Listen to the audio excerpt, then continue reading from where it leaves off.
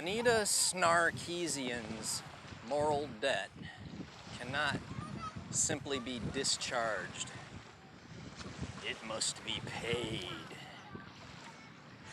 So today I want to talk about two things. I want to talk about why it's wrong and why it's foolish to participate in what I'm calling the great moral outrage Ponzi scheme of the late 2010s.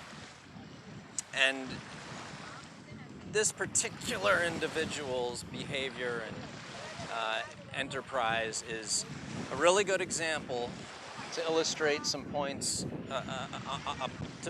on these aspects of this choice, to participate, to make this choice to participate in market activity, of all of the things that you could choose to do in order to participate in the market, to bring value to humanity and generate earnings for yourself, to choose this. So first, why it's, well, we could talk about why it's wrong or why it's foolish. First let's talk about why it's foolish.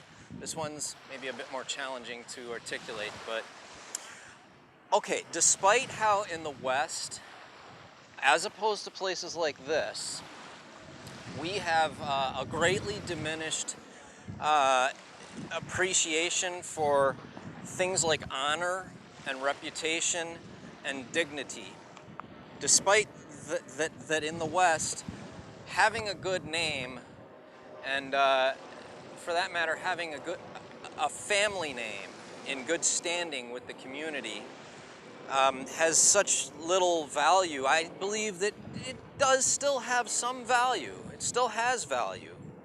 And I believe, as Dr. Steve Turley talks about, that if we are in fact going to see, and I believe we will, and are already seeing, this thing called retraditionalization, that these kinds of cultural values will come to have more significance in the West, as they once did, before we embarked upon this. It's something like a 60-year-long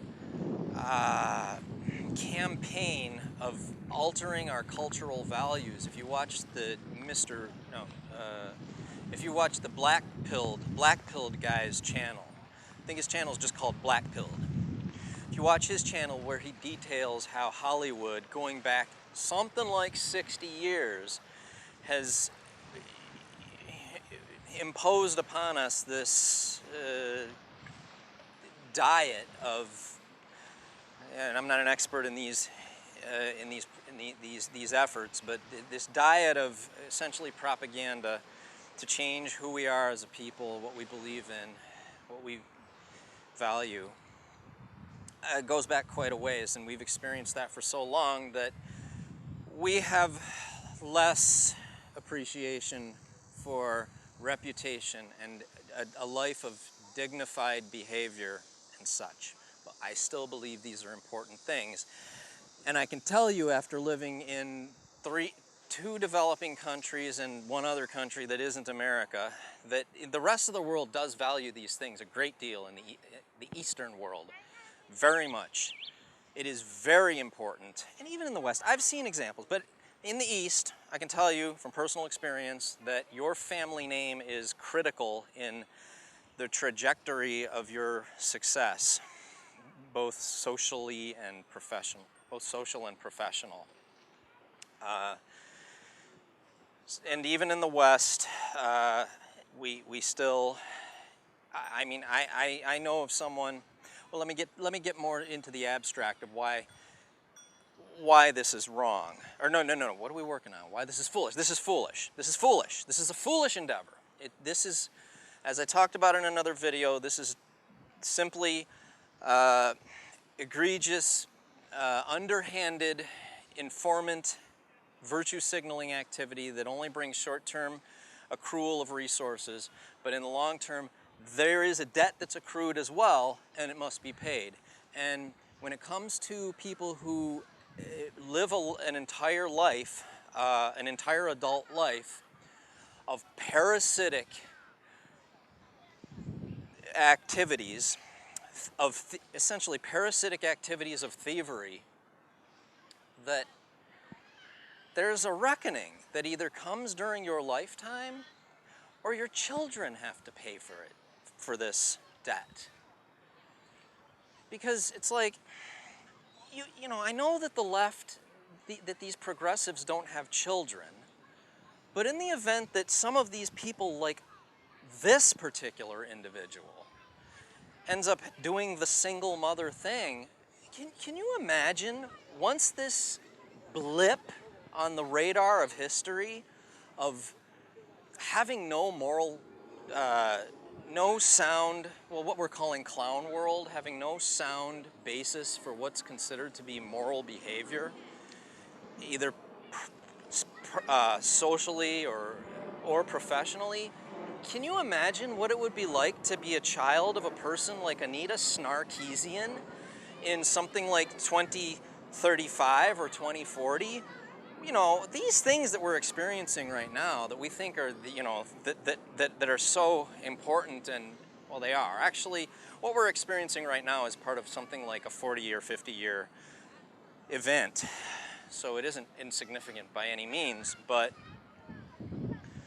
at any rate, can you imagine being, you know, just think about what this person is doing to any offspring that she may bring into the world.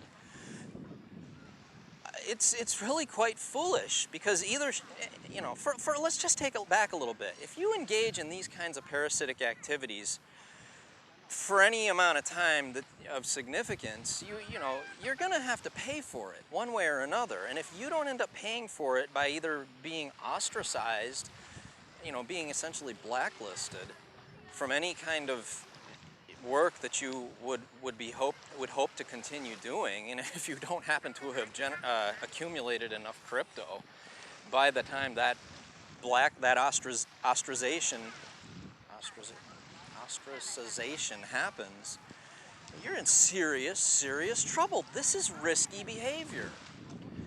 So if you don't end up paying for it by way of that kind of blacklisting, then you're passing on that debt to children who end up living under the shadow of I don't know if it's the shadow, under the cloud of a person who was a scoundrel. And that's foolish. That's foolish. There are, despite the fact that, yes, the only thing the only economic opportunities that have really happened for anyone in the past 30 years have been here. And in the West, it's just been completely dry. Still, turning to that kind of parasitic activity is just, it's high-risk foolishness. And it's really, what's really blows my mind is that people from what you would consider to be families of significant resources are choosing this path. Blows my mind that they have chosen to generate earnings for themselves by way of going about these activities when they could have done so many other things. And you know, that brings about questions as to whether or not they're doing it for the money. I really believe that it has nothing to do with protecting anyone and everything to do, as has been shown so many times, with the scrutinizing of socialism and other kinds of forced wealth transfer policies and ideologies, that it has nothing to do with a love or care for others. So that, I suppose, sums it up with why it's foolish. It's just super risky. Some other things I could talk. Yeah, I mean, it's like, I'll elaborate a little bit. Like, my father was a flying tiger in World War II, and I stand tall. If it comes about in the course of a new friendship or working relationship, that, you know, who my family is and what they've done and what they do, and it comes out that my father was a flying tiger, you know, it stands me in good stead. That's an honorable thing to have done to have, you know, he was a dog fighter. He shot down Japanese Zeros out of the skies over China. And, you know, that, so, and it never comes back to bite me in the ass because it's true. So, you know, and then I know other people who, I do know one particular person whose father was a scoundrel. And this guy, he was born with an amazing IQ. Second highest SAT scores in my high school. And he essentially lives his life as a vagabond, going from, like a grifter, going from one working relationship to another as one burns out because of well, a number of reasons. He moves on to the next. At any rate, family name and you know who your people are and what your house in the old English sense and in the Japanese sense, wagamama in Japanese, in that sense, in the sense of what your house represents and who you are, who your house is. It's important. So that's why I think it's really foolish for these people to be engaging in this. And why it's wrong. Well, what we're talking about when I say it's wrong is talking about that it's morally wrong. It's immoral. It's immoral to do these things. And because it's essentially, it is parasitic thievery. It's not simple thievery, like just larceny, I think is the term, or burglary, or simple, you know, theft. It's not just clunking someone over the head and lifting their wallet.